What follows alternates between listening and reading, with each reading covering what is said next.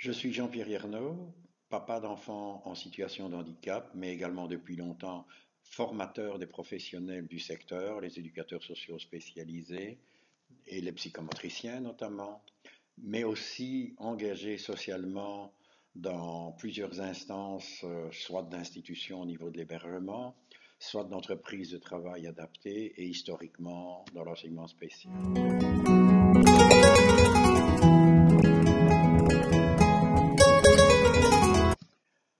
À 67 ans, en couple, en bonne santé, et ayant une maison avec jardin et vivant dans un endroit assez nature, le confinement est certainement moins difficile par rapport à ceux et celles qui vivent en appartement. Ça, c'est certain.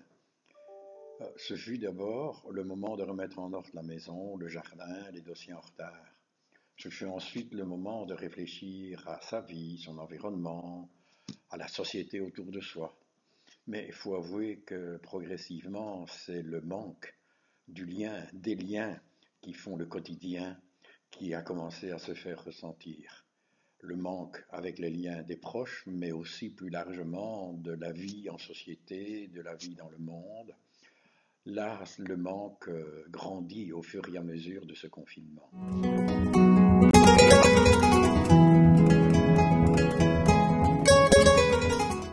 Ce qui est le plus difficile, c'est la distance avec les proches, notamment notre fils en situation de handicap qui vit en lieu d'hébergement. Heureusement pour lui, il vit avec son ami et avec toute son unité de vie, résident, éducateur, ce qui permet d'atténuer pour lui la distance. Mais une autre difficulté aussi, c'est lié à la distance maintenue avec les petits-enfants. Ne plus passer du temps avec eux, jouer, échanger, câliner, c'est difficile parce que malgré d'être entré dans les plus de 65 ans, nous sommes en bonne santé, actifs. Cela se vit un peu comme une double peine.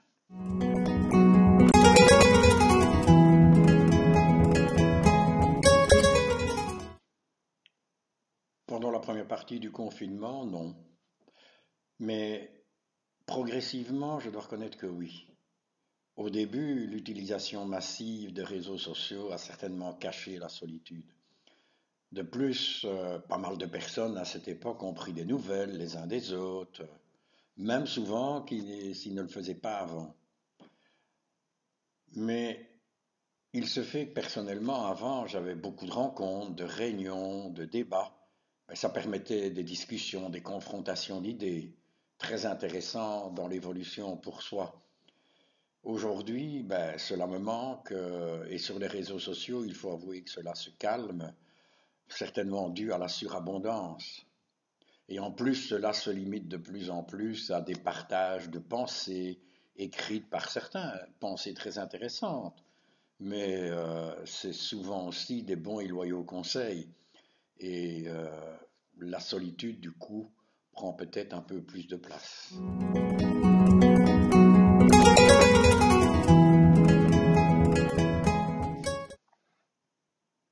Effectivement, la situation est différente entre les deux secteurs.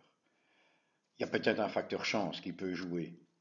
Je crois aussi que l'âge est plus relevé dans le secteur des MRS et est souvent lié à beaucoup d'autres comorbidités et dont le temps d'activité est assez faible et avec un isolement plus grand. Dans le cadre de l'handicap, effectivement, la taille des unités de vie est certainement beaucoup plus petite, même dans des grandes institutions. Et il y a aussi le projet pédagogique qui est différent dans le secteur de l'handicap, avec beaucoup d'éducateurs et quelques paramédicaux, et où effectivement c'est l'activité et le développement qui est l'objectif.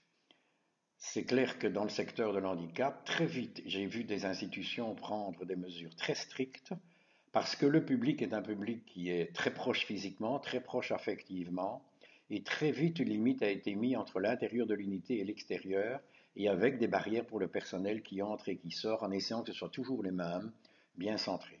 Une dernière chose, j'ai observé, c'est vrai, euh, une plus grande force des équipes qui se sont rassemblées, qui se sont soudées à partir de cette situation et ont développé, je crois, une très très grande créativité pourvu que cela continue dans le déconfinement.